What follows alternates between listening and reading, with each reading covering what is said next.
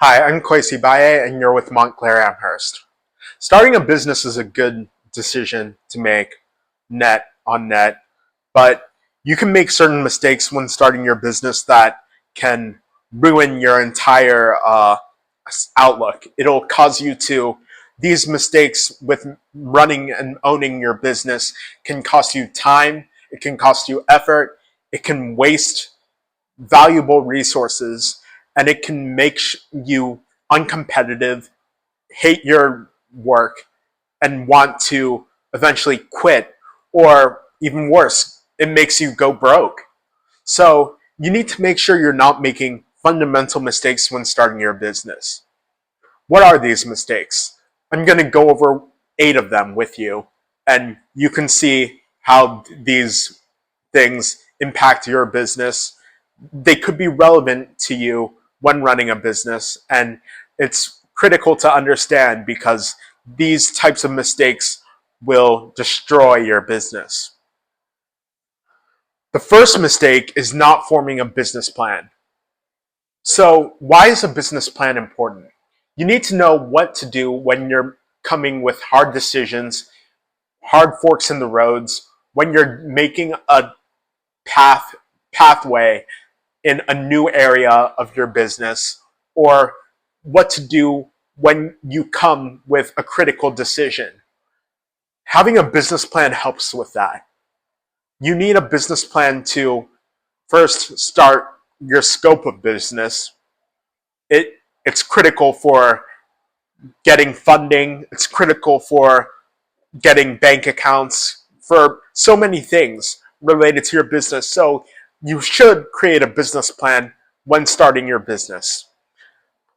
Often these business plans are useful because you can use those business plans to help decide your fundamental niche and your target market. You need everything with a business plan. So you need to figure out who you're serving, why you're serving them, how you're going to help them. You need to develop a marketing plan. You need to develop a way to communicate with your clients, and eventually you need to figure out how you're going to sell your stuff. And it's not relatively straightforward. That's why developing a business plan and thinking it through is a good step in starting your business. If you don't form a business plan, you can run around with your like a chicken with their head cut off. It's like crazy how you are unfocused when you don't have a business plan. So if you don't have a business plan, make sure you form one. All right. The second mistake is choosing a low margin business. Why is a low margin business so bad? It's because it's a sign of ruthless competition. Low margin businesses, especially when it comes to services, means that it's a relatively common service, or if it's a good, like if it's a physical, tangible product that you're selling, it means that essentially it's not a differentiated product. That means that it's perfect competition, and perfect competition is not good for your business. You need an edge when it comes to running your business. This also means low margin business also means that there are high costs associated with per per revenue. There's high cost for revenue. So that means there's high variable cost, high fixed costs, and you're not making as much revenue as it for the margin, because of the margin of the business you're going through. So you need to make sure that your margins are high, that you're going into a competitive a business that you have a competitive, you need to make sure you're going to a business that you have a competitive edge in. Another mistake when starting a business is going into a business that has low barriers to entry. So any Tom, Dick, and Harry or any random Joe could go into your business. If that's true, that's a sign that it's a low margin business, and it's also a sign that it's super competitive. This means also, if there's low barriers to entry, that means there's no moat. There's no protective layer around your business. That means you don't have an edge. It means that you're likely to revert to subsistence level when it comes to running your business, because since everyone can do it, it means that it's not as valued as much. Remember, value comes from scarcity. And the more scarce your business is, the better it is for your business. Another mistake, underpricing your services. If you have made the previous two mistakes, underpricing your services is likely going to result in order for you to gain a competitive edge. And the problem with underpricing your services is that there will always be someone cheaper than you. There will always be a business that sells for less, that has a different aspect, that goes bare bones because it's competition. They're trying to gain market share. And trying to lower your prices to gain market share might be a good short-term thing, but in the long term, if you underprice your services, it's going to cut into your profits. You're going to be unprofitable, and you're not going to make enough money. Your business will be reduced due to the fact that you're heavily competing with multiple people on price, and you're not charging for value. So you need to make sure you're charging for value when you're starting your business. The next mistake, starting a business you know nothing about. Although it's good to try new things and do new things, this isn't the key to success in business. In business, you need to develop a key knowledge base, and you need to have a competitive edge. And people who are starting with something they don't know don't have that competitive edge. They don't know what they don't know. Like, there's so many problems that you can go through starting a business. Like, for example, a farmer. If you start a business doing farming, you don't know which fertilizer to use. You don't know how to till the soil correctly. You don't know crop rotation. There's so many things within farming that if you're starting out and you don't have that generational experience, it can negatively impact you and reduce your yields and reduce your success. Starting a business is a lot like farming. If you have a generational knowledge, you have that successful edge, you have that competitive edge, you know how to market your products, you know how to develop a plan, you know how to do all the fundamental aspects of your business, and you have an edge in it because your knowledge, that is what makes you successful. So you need to start a business that you know a little, at least a little bit about, and that you can iterate on and improve vastly. And once you do that, you'll have a successful business. Another mistake, not knowing the tax implications of your business.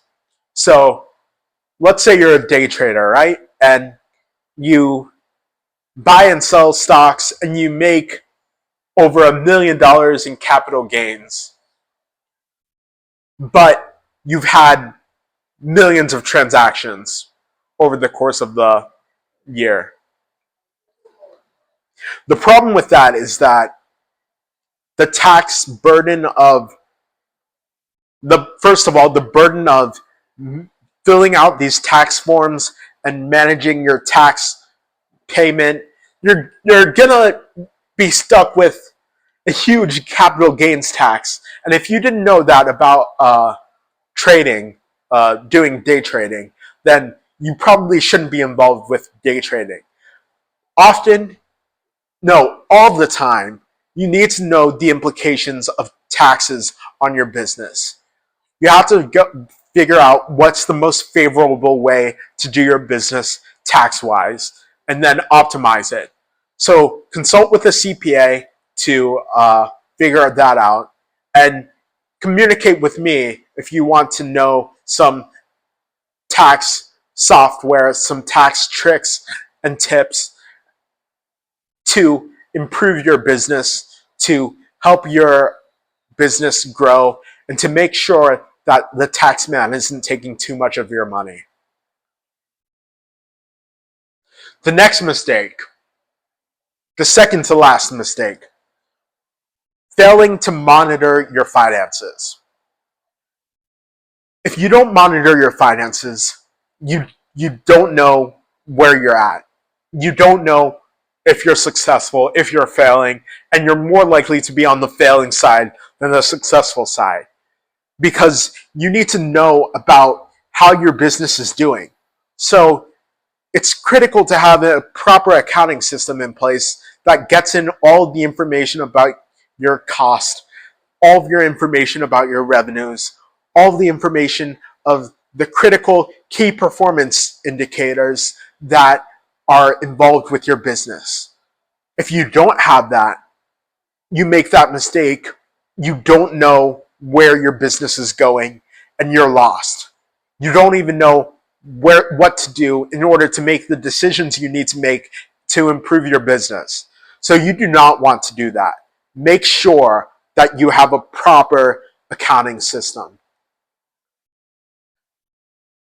The last mistake, giving up equity control too quickly or going into debt. When you start your business, often you may need funding. And of course you need funding, but you need to figure out, this is why a business plan is so important. You have to figure out how you're going to repay investors and repay your bank loans when you're starting your business or doing a business activity. You need to figure out what to do in order to make sure that these people are paid back. And with regards to giving up equity control or debt control too quickly, is that if you lose control of your business, you're no longer running your business. You lost the reason why you wanted to start your business. You wanted to start your business for financial freedom, to solve a problem. But you can't solve these problems if you give up equity control. So when going to venture capitalists or private equity, you need to make sure you have a proper chain of command. You have to have a proper way that you're doing business so that you keep control and you do have less restrictions on what sort of things you can do as a business. When you give up equity control, you lose control of your business. So don't give up control unless you know what you're doing. And this is a challenge because many businesses are revolutionary and many businesses are capital intensive. So you need to figure out a way to do the business bootstrap. If you have any questions about this, contact me. This is the last tip. So there's 8 fundamental mistakes when starting your business or going through business processes that you need to know, and you need to make sure that you're not making these mistakes. So what are these? Let's review.